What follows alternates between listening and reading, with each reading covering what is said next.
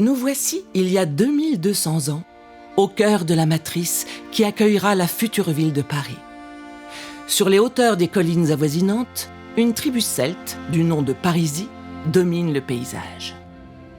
Attirés par le fleuve qu'ils vénéraient, ils décidèrent de s'installer sur ses rives et le baptisèrent du nom d'une divinité féminine, Sequana, qui deviendra la Seine. Ces Celtes ont un rapport extrêmement intime aux 4 éléments: l'eau, la terre, le feu et l'air. Cette proximité avec la nature est le socle de leurs croyances et la base de leurs rituels. Ce fleuve, si intimement lié à leur quotidien, révèle déjà la nature d'une dimension féminine sacrée, prête à donner la vie à une cité de lumière. Nous retrouvons ici la croyance en une terre-mère, un être suprême et divin qui donne la vie, nourrit et protège. Depuis des temps immémoriaux, les peuples vouent un culte à cette déesse mère qui a porté des noms bien différents.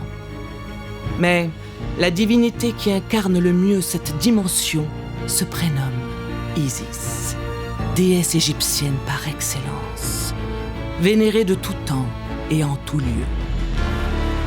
Son influence se fait sentir jusqu'à nos jours et a créé un lien intime avec cette énergie supérieure, au point de marquer la ville de son empreinte. Et si, sans en avoir conscience, nous vivions avec le féminin sacré à nos côtés? À travers les âges, il a pris plusieurs visages, plusieurs formes qui nous accompagnent au quotidien.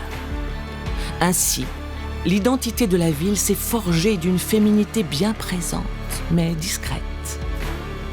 Il est vrai que les religions monothéistes ont accordé plus de place à une prédominance masculine que féminine. Ainsi, le matriarcat est resté très discret, pour ne pas dire secret. Sa formalisation dans notre quotidien est une face cachée de cette réalité. Et quoi de mieux que l'art pour révéler ce message? La peinture, la sculpture et l'architecture en sont les vecteurs de transmission les plus actifs. Nous vivons au milieu de ces œuvres sans nous en rendre compte. Elles sont partout autour de nous, dans nos habitudes, notre quotidien. Nombreux sont ceux qui, à travers les époques, ont essayé de défendre la place de la femme, à la fois dans la société et la spiritualité.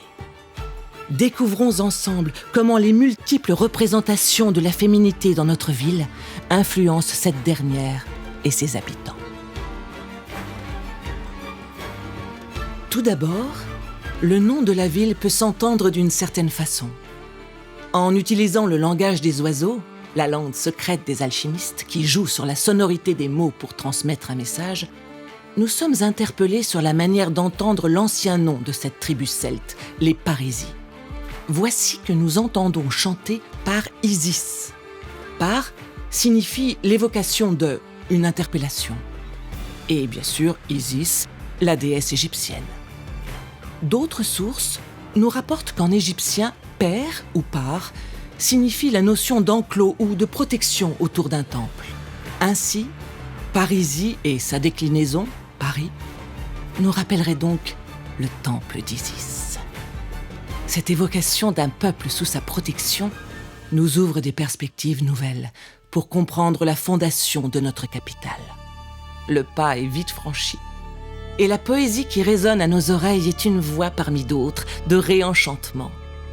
Ne nous en privons pas, car le lien avec l'Égypte, renforcé au XIXe siècle, est omniprésent. Et l'histoire officielle ne nous démentira pas.